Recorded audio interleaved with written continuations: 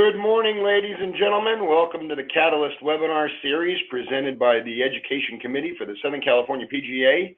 The Catalyst webinar series is a bi-weekly educational platform for creating success and change in your club and career. We are very pleased and excited to introduce Mr. Rob Oosterhuis of Sherwood Country Club as our presenter this morning on the Catalyst webinar series. Rob is the recipient of the 2018 SCPGA Bill Strassbaugh Award. He's also a CCM Certified Club Manager, and he is also the General Manager at Sherwood Country Club. And we are very excited and proud to welcome him to the Catalyst this morning. Good morning, Rob. How are you today? I'm great, John. Thanks for having me again. So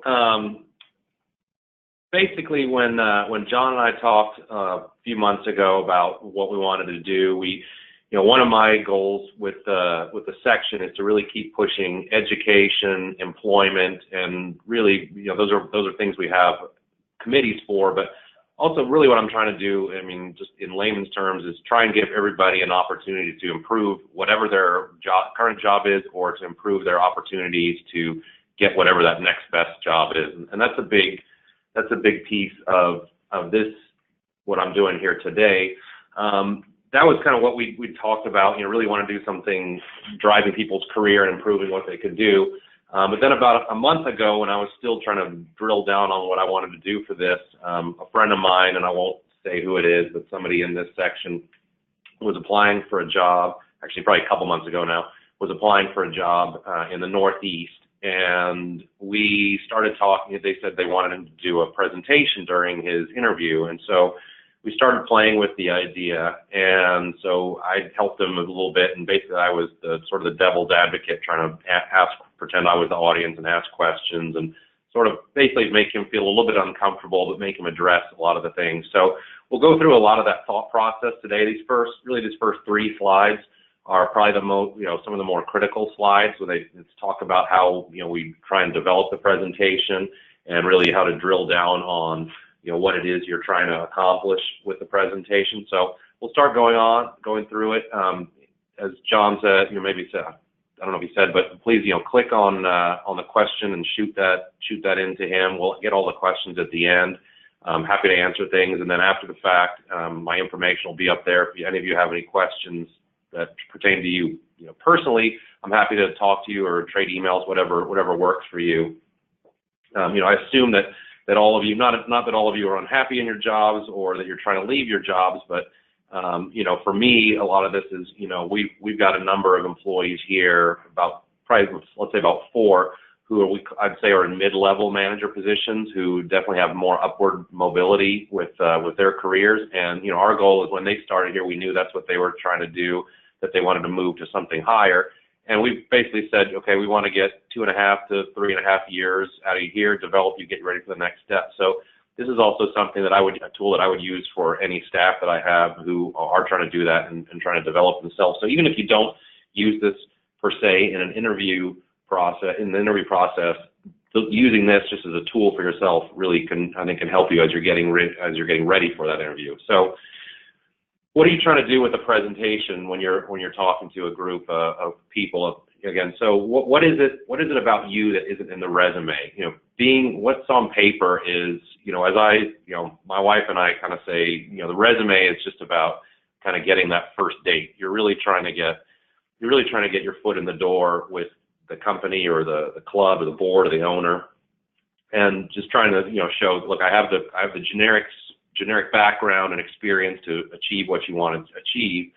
But now they're going to be looking, when you start to get in the presentation, now they're probably looking at anywhere from 3 to 10 people. There's probably been another phone interview or a teleconference or something prior to this, but now think about this. You're in front of people. What is it about you that you need to get across to them? In my friend's case, he had 15 minutes, they said, and although I think ultimately when he was there, they said, take your time, and he took a little bit longer, but just think about what it is that's not on paper, because the fact is, most about you is not on paper. You're not just about being a head pro. It's not just about the teaching job you have. It's not just about, what associations or boards or committees you serve on. It's not about your personal college education or what have you. So just think about that, what you're trying to get across, because this is really more, again, it gets a little more maybe emotional. That's what you're trying to get across. Like, what are you made up of? Second point here is how can you get your core philosophies across? That's very challenging. I've seen some people try to do it on a resume. I think that I've seen some successful attempts on the resume to try and get your core philosophies across. But again, I think when you're sitting in this room or when you're standing before this group of people, you got to give color to your philosophies, give examples, give how did you manage this throughout your career? How did you utilize these core philosophies? Third, and maybe this should have been the lead point, but who is the audience? Again, is this a board of governors, a board of directors who are members at the club who are in the club? Is it a management company where you're going to meet with a few people? Is it just a single owner? Is it the owner and some staff? Is it which is again always an interesting interview.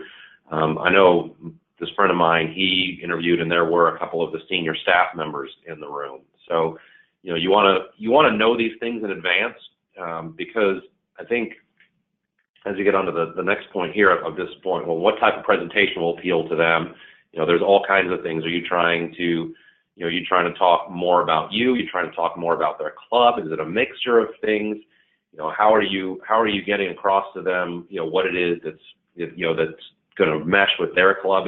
And really importantly, how do you tell them maybe bad things about their club? How are you going to let them know, well, here's something that's wrong with your club, but here's how I can fix it? A lot of people have, as many of us know, whether it's members or management companies or private owners or cities, that you're managing clubs for, they take a lot. I think a lot of them take a lot of pride in their club. So I think you want to be very tactful about that. We'll get into that a little bit later. These first few slides kind of talk about the development of the presentation, and then we'll go through a mock presentation that I did, and we can talk a little bit about, again, I'll be talking, and then hopefully you'll have some questions about how you go about some of these things. Because again, you may know that this club is the worst at whatever. They have an incredibly slow pace of play, or maybe that's an easier one. Or just say something's wrong with the maintenance of the golf course. That could be challenging if you're sitting with the owner or the superintendents there, or members who've been there for 20 years and they think this is their pride and joy, and you tell them that their greens are terrible and they don't know what they're doing. Fourth, what are your strengths that you want to highlight? Again, you want to make sure you play up your strengths, especially the strengths that complement the needs of that club. We've all got strengths, we've all got things that are really good, but if this club is struggling in food and beverage, you don't want to spend a ton of time talking about your background in instruction or your accounting philosophy or something like that. But more important than that is, what are your weaknesses, or what are the elephants in the room that you need to proactively address? So one of the things, elephant in the room, this friend of mine, working in California, and he's looking at a club in the Northeast. That's a big move. So what are the cultural adjustments that he would have to make? He's got a wife and a kid, and so what are they? How is that going to be to move them? And in theory, these interview groups, these interview panels aren't going to ask might not ask you questions about your family, but I think these are things that are on their mind, and you're going to want to address them. I'll talk more specifically, in this mock-up about that.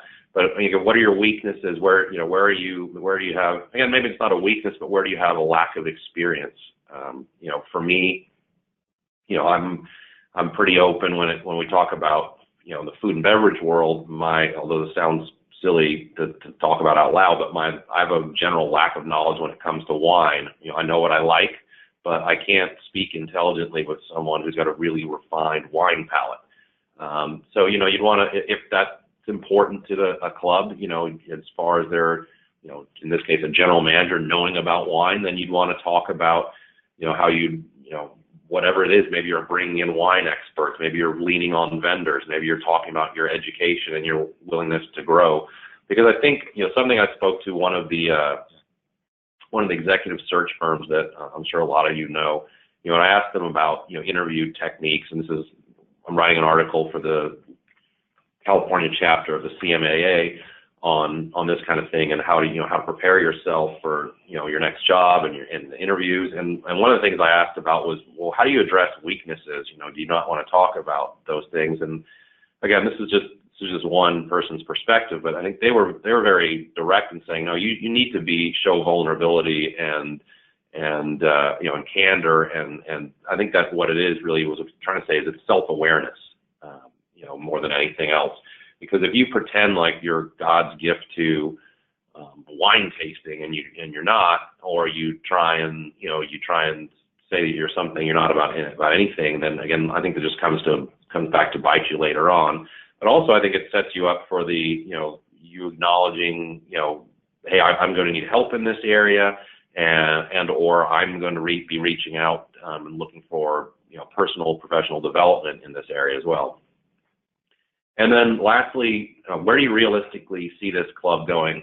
Is your vision possible? One of the things that the headhunter had told my friend is that, you need to talk a little bit about your vision for the club. And, we talked about some different things, and we talked about some, sort of extreme versions of where it could go, and then some other, lesser, advancing versions.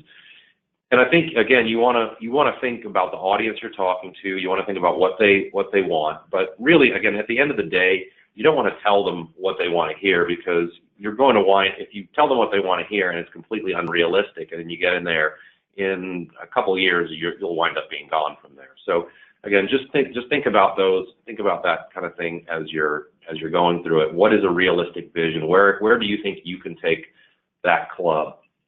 All right, so let's lay some groundwork for the little mock-up here that we're going to do today. So here's the hypothetical job. So very good golf course, no other amenities outside of food and beverage. So no gym, no tennis, no spa. Really, there's no kids club or anything like that. Good. I'll get more to food and beverage here in a second. So needs leadership. They've struggled with multiple GMs in the past decade. So again, you can think about not only how that affects the direction of the club, in terms of its big picture direction, and think about not only how it affects the members at the club, but think about how it's impacting the staff there. Because you're going to be talking to a board about their club, but they may be thinking, well, we haven't had a GM, so we don't do this, we don't do that. But again, I think a lot of this, when we were talking about this, and again, most of this comes from this job that he was applying for. A lot of the problems they had were developing the people, because they had this revolving door of GMs who, and frankly, it sounds like from what we could gather, they had one pretty successful GM, but he left for a better paying job, and then three others who were just maybe not suited for the position very well. So it seems like they have a solid management staff.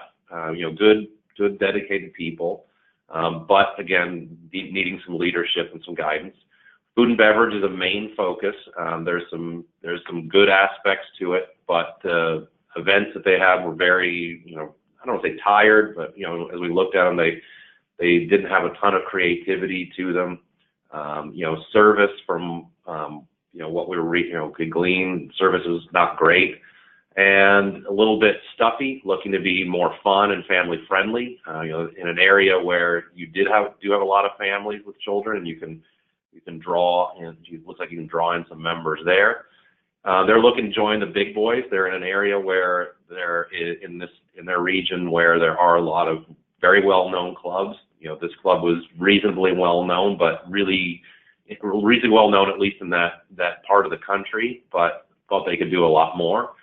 But good news is they're financially stable with a good board, and it seems like the board has never, at least in the history of the club, it really has been pretty hands off, except for this last little run. And not that they were invasive, but they really had to step in and try and support some of the senior leaders of the club.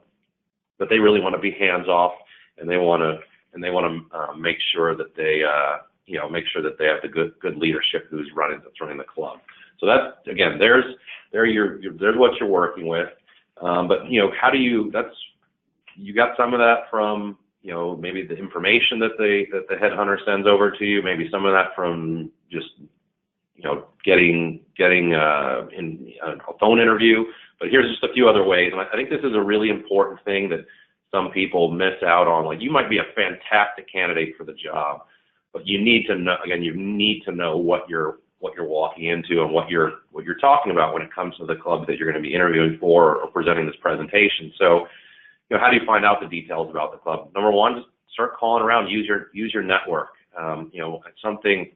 Maybe a few of you heard me talk last year when I was presenting a webinar about how to become a GM, and one of the things I talked about was really using your network, networking and developing a network, and whether it's just via your members, via your staff, but also really anytime you go to a PGA meeting, if you're involved in the CMA or the GCSA or any other organization, take your business cards, trade numbers, contact people, offer them help, ask for help. But just that, really more than anything, it just helps develop your network of people around the country, and then use it. I think in general, every time I've had to make a phone call for anything, whether it's for me or for somebody else, and I knew somebody in the area, people are very helpful. People want to help. I think that's sort of just the nature of the club business. I mean, at the end of the day, we all are in the hospitality business, and unless you and I are competing for the same job, I should be happy to give you as much information and advice as I can. Use the headhunter, the search firm. When I was helping him develop some of his questions for the headhunter, one of the things we focused on was just get as much detailed information as you can: financials, marketing, new marketing pieces, newsletter, data, any kind of data on the club, organizational charts. One of the things we found when we were looking through the P&L, the historical P&Ls, you could kind of spot this in the food and beverage management line, that it went up and down. It was really kind of an odd phenomenon. It was like one year it was high, one year it was much lower, and then kind of went back and forth a few times. And so he asked and said, hey, I'm noticed something here. What's going on there? And the headhunter said, yeah, well, actually as they've gone through GMs, they've also seemed to have gone through directors food and beverage. So again, even more deeper on the leadership side, you can find some things out. And so, again, you can look really intelligent in this presentation when you talk about what you've noticed in the P&L, what some of the ways you think you can address that issue as well. Online research, of course, just sometimes the private clubs can be a little trickier at times, but you want to find out what their competition in the area, how are they marketing, how are they positioned. If you're going to a private club or a public course, if you're going to a private club and you're thinking about joining them as a member, what does it seem like online? What's their online presence like? I'll skip down to the last one here, connecting with the competition. If they're in competition with 3 or 4 other clubs, and if you're trying to become a director of golf, call the director of golf at that other club. Ask what he knows about it. There's a chance he may have an assistant who's trying to go for that job, so maybe he won't be so forthcoming. But if it's a GM at a club, you can call and ask them some questions. Get whatever you can. And then that second to last point there, secret shop the club. I've done this a few times, especially in private clubs. Call the club, pretend you're a member, or pretend you're a prospective member. Start asking questions. A lot of the higher end private clubs won't tell you a whole lot, because they'll say it's invitation only and you have to have a member come in. But even just talking to the membership director or a GM or somebody, you can learn a little bit about the club. I always would play dumb and say, hey, I'm moving to the area. I don't know anybody. Again, when you think about the clubs in Southern California, yes, there are a few of them that are very much, it has to come through a member. The membership director is just someone who processes the paperwork. But I think most clubs in our area, most of them are really looking to drive members or drive play. So they're going to talk to you. They're going to find you a buddy. So, but again, you're just trying to draw as much information as you can out of them about the club. All right, so let's move on to, the mock presentation. So, we talked about a few different things when we were setting up his presentation, and a few times we had a lot of different artwork and a lot of different aspects to it that were, maybe flashier in a PowerPoint presentation. My preference when it comes to a PowerPoint presentation is don't be distracting.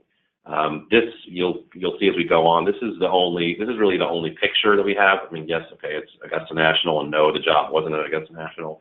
But I think having a picture of the club you're going to, show just again you're putting yourself at that club. That was just an idea that we had. We wanted to keep it very simple. A little bit of artwork there on the bottom, on the left side, but really nothing flashy. I really recommend strongly against having helped my 16-year-old daughter do some PowerPoint presentations where she wants to play with all the bells and whistles. Everything should just pop up as it comes in. If it's important to you that bullets pop up one at a time, that's fine, do that. But don't have every slide have your bullets and your slides come in a different way or things magically appear. I'm doing a bad job of describing this, but I think you all know what I mean. Keep it simple, keep it very straightforward. You want this to be about you. So again, boom, who are you? And again, we're applying for your dream job, golf club, in this case, general manager position. So again, I started out wanting to talk, want to talk about myself. So, this is all about me. I took what he'd written and put myself into it. So passion, and again, I think for this job, when we looked at it, we talked about wanting to put passion into it. So the energy that comes from bringing more of you into what you do. Again, not something I made up, just some little quote we found online, we plugged in there. For me, this is, who am I? And knowing this is a golf club, you're applying for. This is at their core, they're golf. So, the fact that I'm a golf professional means a lot. I was born into a golf family, fell in love with the game, witnessing many of golf's greats, played on the UCLA golf team, became a PGA professional. I'm on the Southern California PGA Board of Directors. I've won an award with Southern California PGA, and boom. So I'm golf at my core. Now, there's a lot more to come when it comes to applying for this position, but really, they would want a golf professional here. So then, again, charting my professional progress. Here's who I am. Here's how I've progressed. Started to get a TPC head pro job. Then while I'm there at the TPC, I earned my PGA membership. I won the Titleist Scholarship Award. Parlayed that into a director of golf position in Costa Rica. Then moved back to the States, corporate director of golf operations for JC Resorts in San Diego. And I'm going to sort of pseudo do what I would do in a presentation, but I would talk about, then Four Seasons came calling again, director of clubs, overseeing Montecito Country Club and the Coral Casino Beach Club. And again, if I'm giving a presentation right now, I'm trying to show that every step I'm taking is a forward step. Because somebody might say, well, you rejoined Four Seasons, like, why would you do that? Well, because the opportunity was to really run clubs, and I wanted to be in the private club business. And especially if you're applying for a private club job, you want to be talking about being in private clubs and how that is your passion. And so then, that 2009 to 2015, as John said, in 2009, I actually joined the CMAA and immediately started working towards my certified club manager status, the CCM. And I think that's, you want to talk about not just the jobs you had, but the milestones, the accomplishments that you were having. So you're not trying to relive every single thing you've ever done, but just the milestone events. And soon after that, I moved into Sherwood Country Club as general manager, and then this year I earned the Bill Strasbaugh Award as for the section. So again, you want to give a little bit of color about how you progress along in these positions. Maybe a little bit about your time, but again, this is on paper already, so they've got your resume. You're just trying to encapsulate that you progress, you move through things. Now you don't want to give the impression that you're going to take a job and then move out, but I think you want to show how important professional development is to you and growth. And, again, hopefully whatever job you're applying for, this is a job you're looking to stay in for many years. Then I talk a little bit more about me. Now, again, this would tie into, this job. So this job in the Northeast that he was looking at, again, very affluent membership. A lot of people who travel a lot. They've experienced a lot of service. Again, we talked about service was kind of lacking there. So, we want to talk about, so again, what am I passionate about? International travel. I've been lucky enough with my life and my job that I've been able to go all over the world. I've seen some of the greatest courses. I've stayed in amazing hotels and resorts, and I've been taking excursions that most people only dream about. Again, what I'm trying to do here is get people a little bit excited that, look, wouldn't be there to be a peer of theirs, but I can relate to what they're looking at. As a GM, I can relate to the members and talk about this, and this will tie in with some other things here in a second, the travel concept.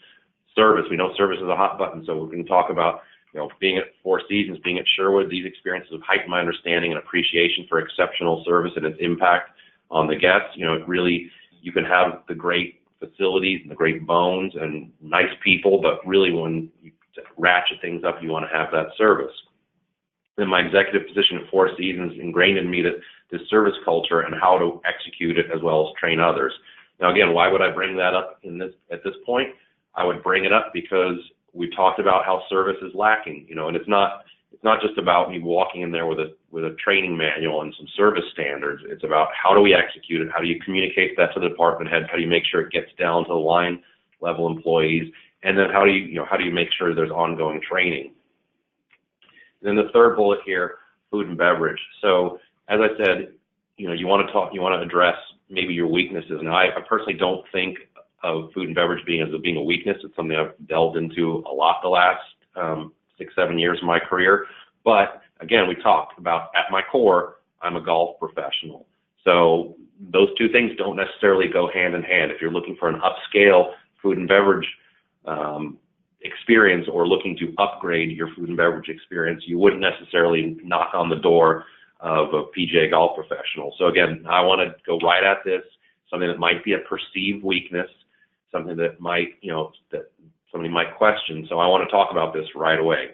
Talk about, I've had this career in hospitality. I've traveled around the world. I've seen these great experiences, and I've seen what high quality is.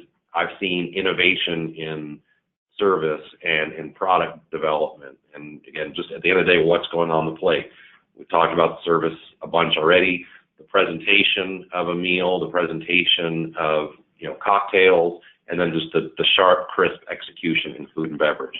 So again, trying here to address something that could be a perceived weakness of, okay, here's the golf pro. What does he know about food and beverage?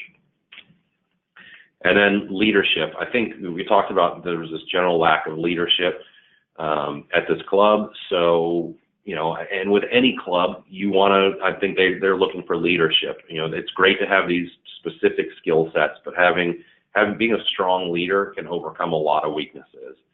Under here, one of the things I talk a lot about with my department heads here is people, product, and profit. That's sort of how I grade myself, how I view anybody I'm assessing and evaluating is, how are you with people? How are you with your people in terms of how are you developing your staff? How are you engaging your staff? Are you connected with them? Do you support them? Do they respect you?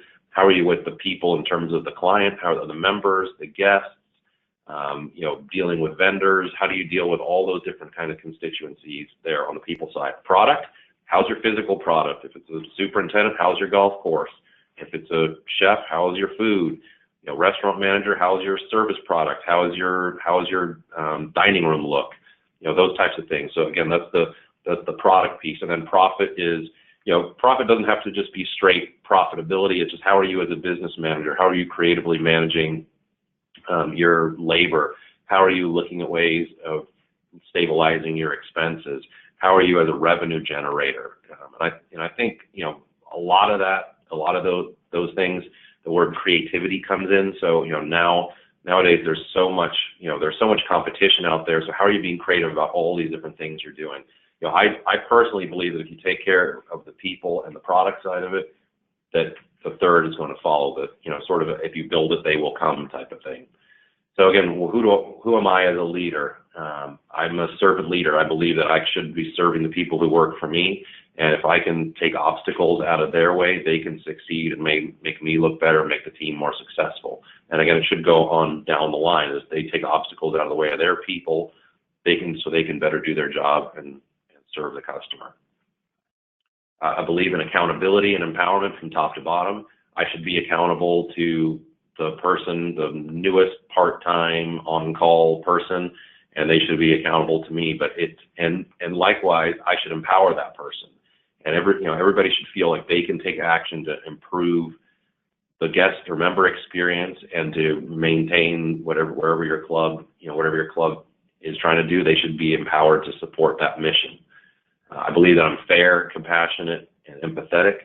I don't, one of the things that I talked about to somebody the other day is I say, I treat people fairly, not equally. If you've been working with me for 10 years, and then you got someone who's working for 1 year, that 10-year person has a different set of chips in the bank than the other person does.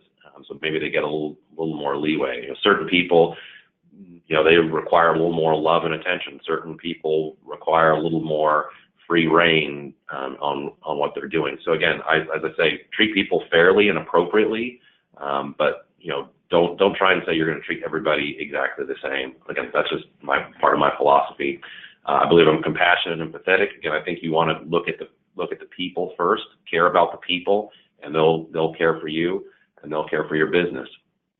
I think you have to lead with transparency and integrity, and it kind of bleeds into the next point, the authentic candor. If somebody's failing at what they're doing and they've got their head in the sand about it, you need to pull them aside and you need to talk to them.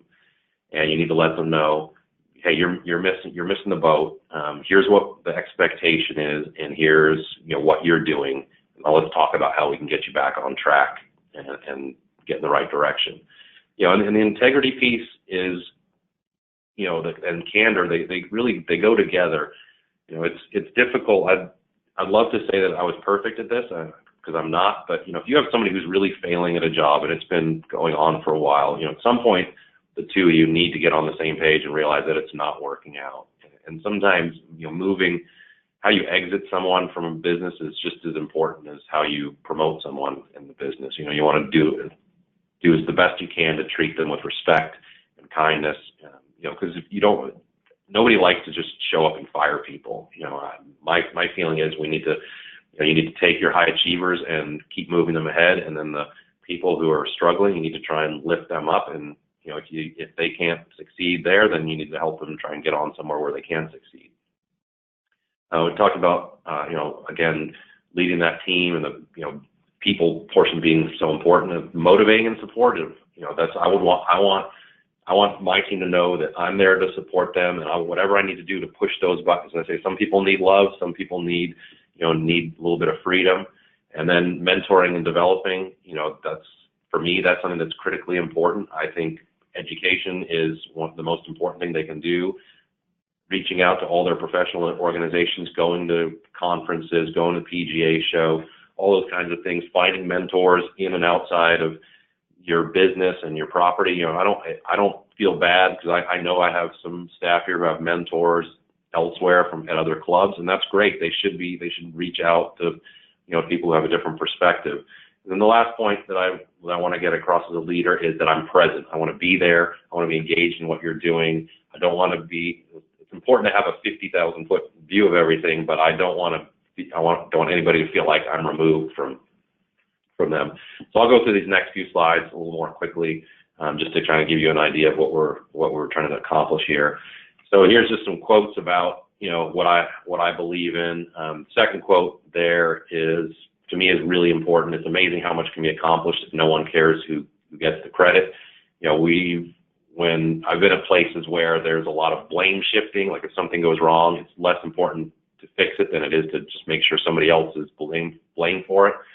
It kind of goes with the fourth point there. The victories and losses belong to the team. There aren't silos. Like if we had a bad lunch, the club had a bad lunch. It wasn't that just the chef or the F&B director had a bad lunch. It was the club had a bad lunch. We missed out. Also, the third point there too is something that I really try and get across to everybody is don't be afraid to fail. Try new things. You're either going to do well or you're going to learn, figure out a way to do it better next time. So again, just stepping back a little bit now from as far as the presentation goes, is you're trying to get across more about you. What do you believe? And don't just go on to Pinterest and look for a bunch of quotes that sound really good or look good on a T-shirt or a bumper sticker. Find things that genuinely are you. Again, as I said, at the end of the day, if these aren't you, and if you get that job and you don't get in there and act like that, act like this, forget about it. You'll wind up failing because everybody will think you're a fraud. And again, frankly, this is what they hired you for. And if you're not bringing that, they'll probably move on somewhere else.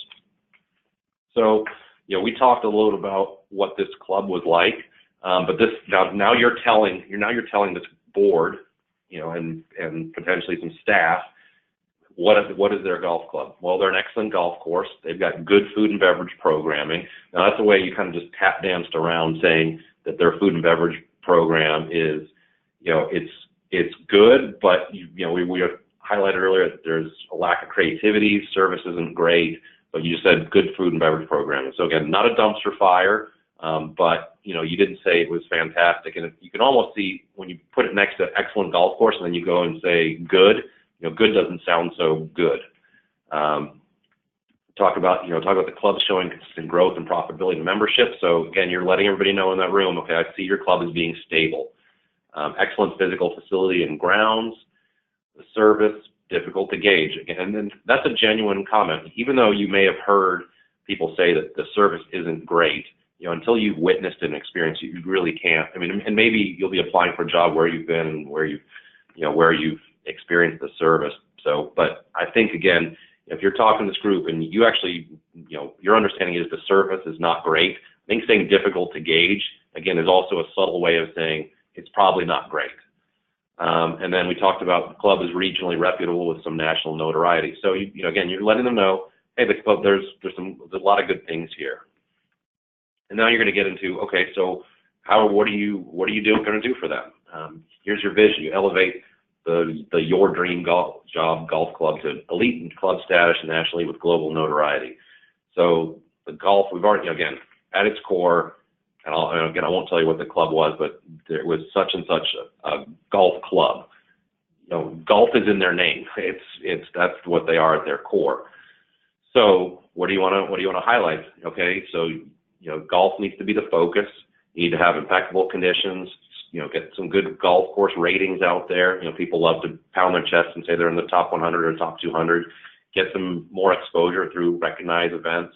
This facility had at one point a professional event. They, and I think, again, I don't know the exact answer, but I think they were open to having, more events, maybe even on the USGA variety, just to bring in some more recognition. Have some great instruction. It's a full golfing membership. I don't even know if they sold social memberships. I think it might have only been golf memberships. So obviously, if you're joining that club, you were playing golf, so you need to have good instruction.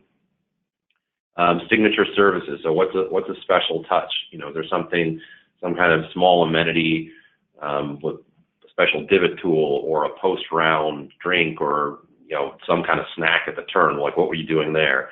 And then staff. So this was you'll see we'll start to weave in that the staff needs to anticipate the needs of the guests and a robust calendar. Again, this ties into that earlier point we talked about. Where the club wants to be more social and more fun and family friendly. It's not just about the men's club championship and the men's member guest. You've got to tie in all the different constituencies and all the different segments, the men, the women, the juniors, the couples, and not just have tournaments, but have events that are fun and approachable. And then the social side of it, some of just, again, speaking here for Sherwood, some of our more popular events that we've really been growing lately are the couples 9-hole events. And so people are having a really good time getting out there and just playing golf. And as I say, it's mostly about food and drinking alcohol with a little bit of golf sprinkled in. So again, this is a club that, like, that's the kind of thing I would talk about to this club, you know, trying to move up. Service we talked about already. You know, again, for this club, I'd make sure you're hitting you're hitting some of the big points first. Service, you know, where do you want to be? And so this is, you know, in talking through this, my friend, you know, we said, okay, so here's what you can do. Like, you're not going to be, you can't build, you know, again, we talked about Augusta, but you can't just all of a sudden say, well, our club's going to be Augusta, all right? You're going to be very good golf course conditions. Unless you have millions and millions of dollars to totally redo a golf course, you kind of are what you are, although you can focus on a lot of the special touches in the golf course conditions. But service is something that we really felt like he could impact. You know, he has a hospitality background, has a, you know, golf background, but has a lot of hospitality background too. And so he really felt like that's where he could impact the service. And so we just said, well, let's just say you're going to be the best. Like, and that needs to be your target from day one, is you're going to have the best service. You know, you might have a very good golf course, you might have a really nice clubhouse, you might get food and beverage to where it's even pretty good, but you've got to have the best service. And again, how are you going to do that? You're going to create, now you're talking about how you're going to create this. We're going to have an empowered, this is what we're envisioning. We're going to have an empowered and engaged staff that can directly impact the member experience. There's going to be a human connection. They're not going to be robots out there. It's not going to be take a number. They're going to, you know, we're going to focus on people knowing their names. We're going to know kids' names. We're going to know, you know, people's birthdays, things like that. You know, what are the meaningful touches that impact people? Again, sometimes it's as simple as when you get in a car leaving a hotel and they put a bottle of water in there for you, or they offer you directions to the freeway or things like that. Again, it's just small, think of those small things. So that's where we were focusing his goal on the service. Again, is you know, how are we getting there? Continuous training, mindfulness, just being aware, being self-aware, and being aware of how you're impacting others. So again, this is what he's trying to impart, or what you try to impart to that group of people you're sitting there. Again, service might not be your thing. Service, there's a ton of things you might do. But again, for this club, we felt like service was something that he should target. Food and beverage, we talked about that. So enhancing the food quality, elevating the service execution. We talked a lot about that. The beverage experience, he got all these menus from the club, and they really had no cocktail menu to speak of. Their wine program, again, I told you I'm not a wine drinker, but I do know a little bit about developing a wine list, and it just was pretty anemic. I mean, you could tell it was, you know, the person who developed that wine program, they had one kind of thing that they liked and one kind of region that they liked, and that's where it was. You know, for us, like for here, this is where I would talk about Sherwood, about what we've done with our wine program and how we do special wine events and things like that. So this is, you know, you've got to start trying to weave in your experiences here as well, of what you've done at your other club. You know, the programming needs to be relevant, needs to be entertaining. Again, remember, we're talking about creating a fun family environment. So what is that? You know, entertainment. People are, I honestly say this to people, I'm in the entertainment business. You know, one of the members I'm closest to here said this to me one time, not long after I got hired. He said, my needs are very simple. He said, you know, when it comes to how I engage with staff, he goes, I just look at somebody as being really good if my time at the club is better because they're there. So again, that's one way of putting it. Again, I look at it as entertaining. How is the programming entertaining the membership?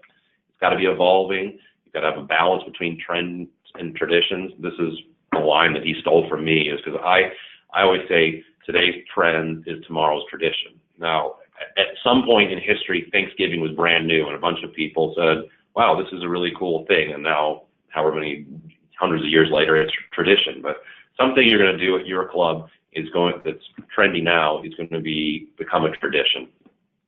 Inviting and inclusive.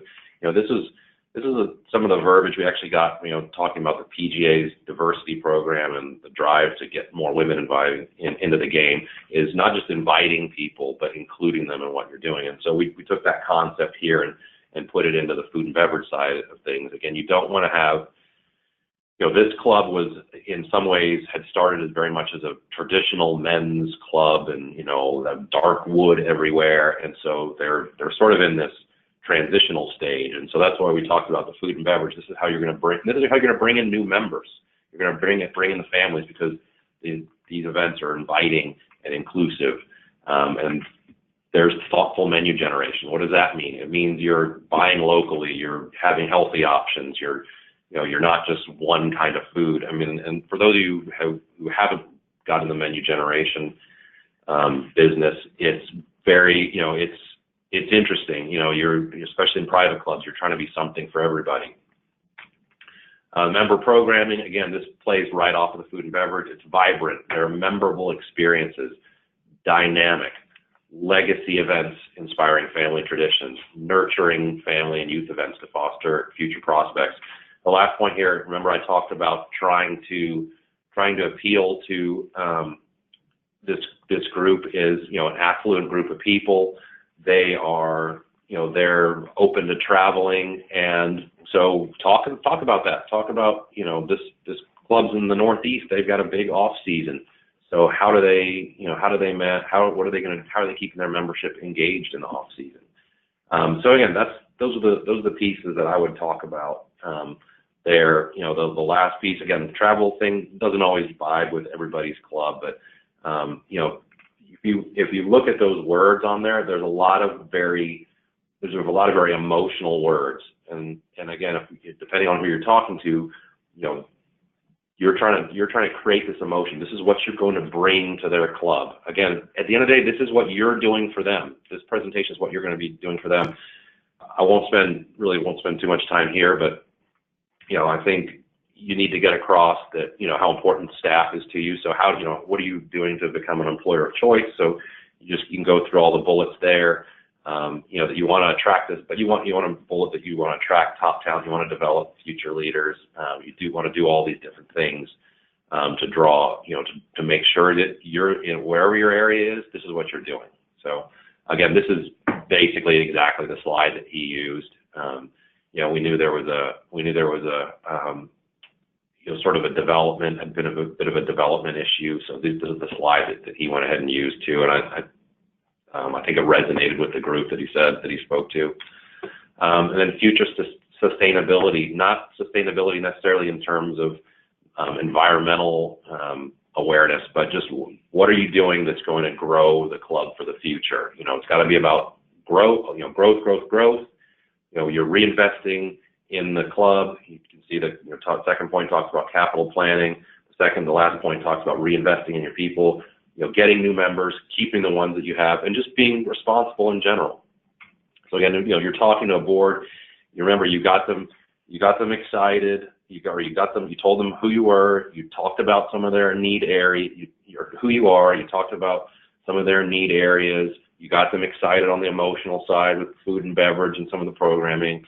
And then you kind of come back and say, but we're going to be responsible stewards for this. It's not just going to be one big party. And then we kind of tied this all together. Words, passion, purpose, progress. We use those throughout the presentation, and so kind of just tie that back into it. And then then at that point you're opening up for questions. So which coincidentally I'll open up for questions in a second. But again, like you want to get across who you are. You want to make sure you understand as best you can who they are. Let them know what you can do for them, and it'll show them, slow walk them to the vision, slow walk them to where they're going to be down the road. So, John, I don't know if you're still there. I'm running out of breath, so thankfully we're winding down. No, amazing. Lots of questions that have come in. Can you, obviously, the dynamic between selling yourself but being wary of not belittling the club, but at the same time addressing the concerns that they have that led them to this search for somebody new.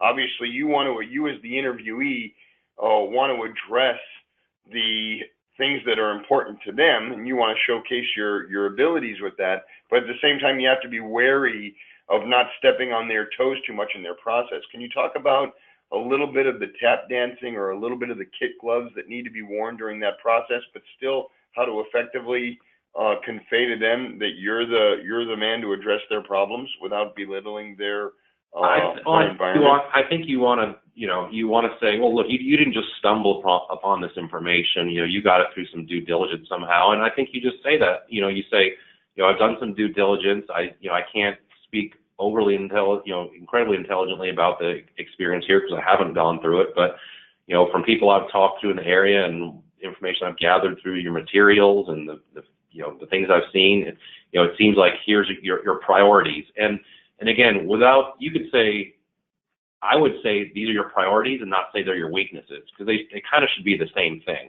There's a philosophy, Mark Twain had this saying, and then Brian Tracy, who's a really interesting writer does human development and time management.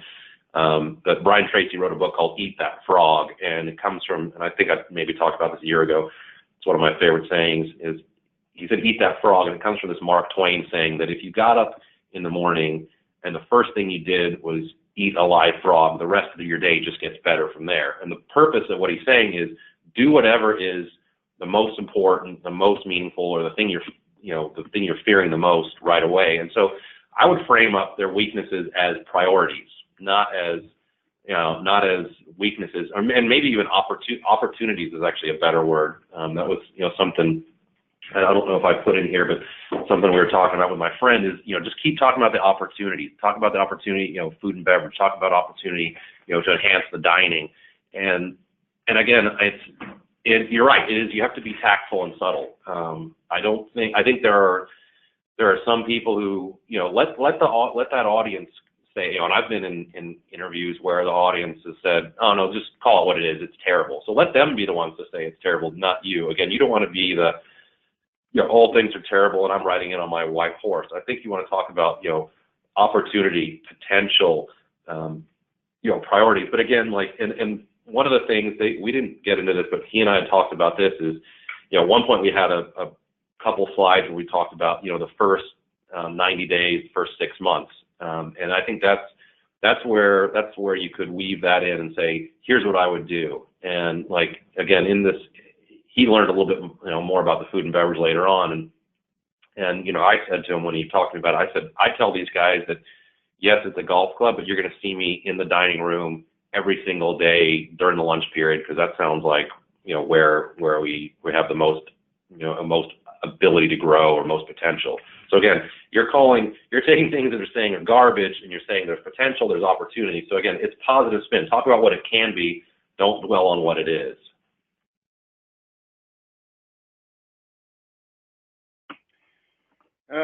Thank you, Rob. Some lighter-hearted questions that have come in. For you personally, what is the toughest interview you have ever had in your career, and why was it so tough?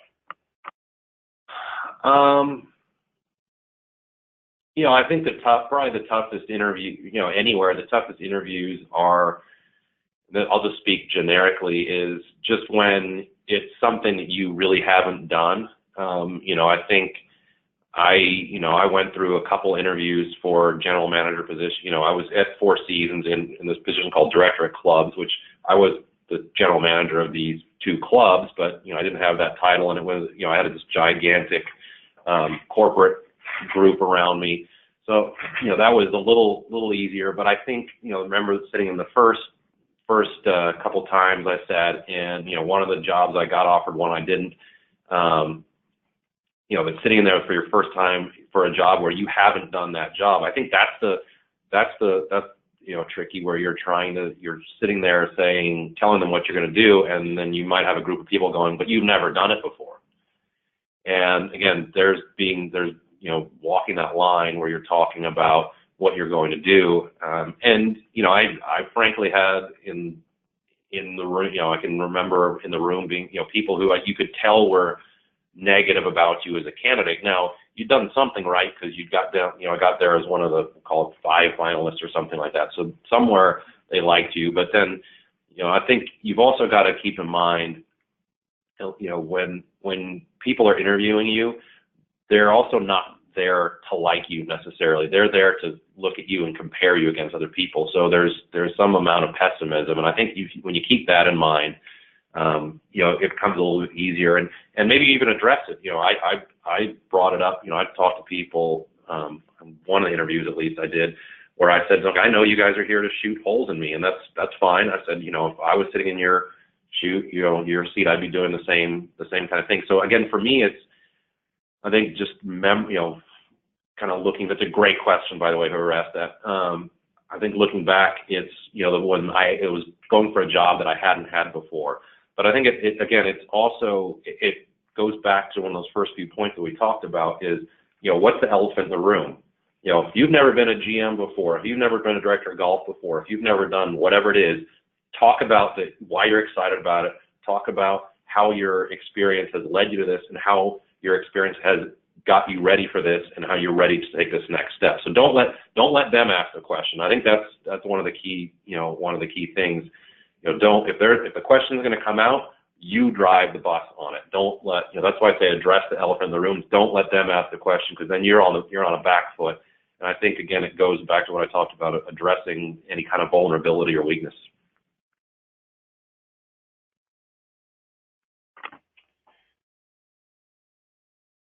Can you overdress for an interview?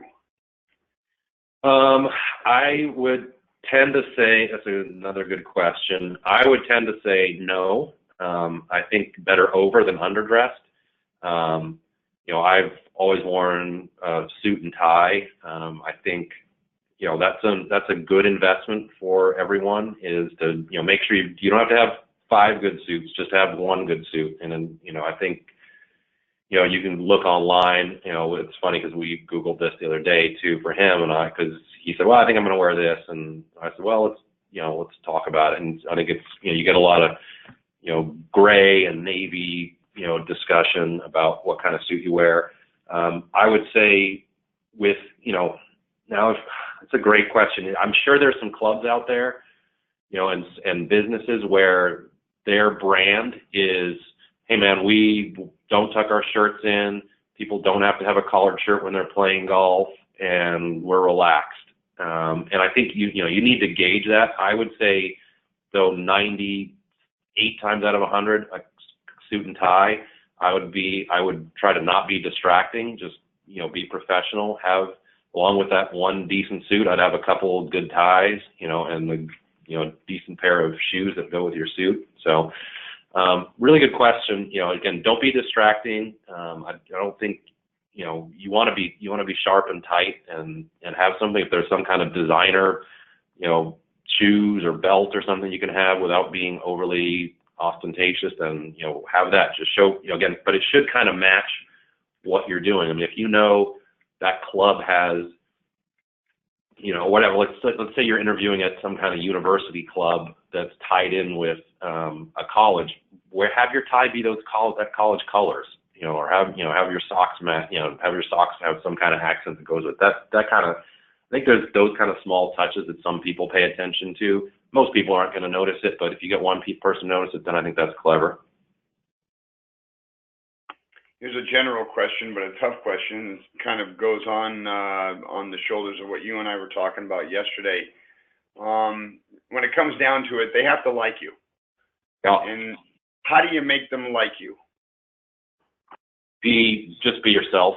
I mean, if you're not likable, I think hopefully all of us are likable. We're in a business that we enjoy. You're in the golf business, you're in the club business, and you do it because you have a good time. I mean, look, yes, there are jobs, but I think, I feel like I'm lucky enough that I'm somewhere where I enjoy coming every day.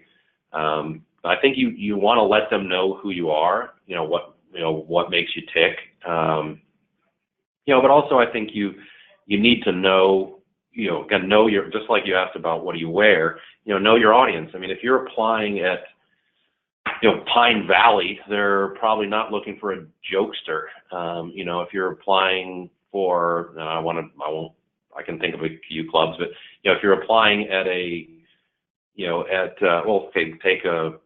take a Pine Valley again, like they're probably not looking for, family programming and how you're going to put a bounce house on the first tee for the 4th of July celebration. So again, I think you want to make sure that goes back to knowing your audience. But again, I think you want to be genuine. You want to talk about who you are. You want to talk about what you believe in as a leader, as a person. John, you and I talked about the fact that I have we each have 4 kids. I can keep that a secret because I think there are some places who might go, whoops, we don't want to hire somebody with that many kids. But at some point they're going to figure out I have 4 kids. And I think you want to talk about that's who you are, again, be genuine and talk about who you are as a person. Your family's very important to you. I've talked about work-life balance being important to me and making sure that, number one, it's important to me and it should be equally important to all my staff. Thank you very much, Rob. Those are all the questions and all the time that we have on this morning's Catalyst. I want to thank Mr. Rob Oosterhuis of Sherwood Country Club for presenting on the Catalyst this morning on developing your interview presentation. Also want to remind everybody that the quiz and the YouTube recording of this morning's Catalyst will be going out shortly, closer to the 10 o'clock hour, to all the registered attendees for this morning's Catalyst. Also want to encourage everybody to attend the next Catalyst presentation, which will be on November 15th with Rob Keller of the SCPGA Rules of Golf and Rules Committee. 2 weeks from now or 3 weeks from now on November 15th. Mr. Oosterhuis, thank you again for your time this morning. Have a great day, everybody. Thanks for being on the Catalyst.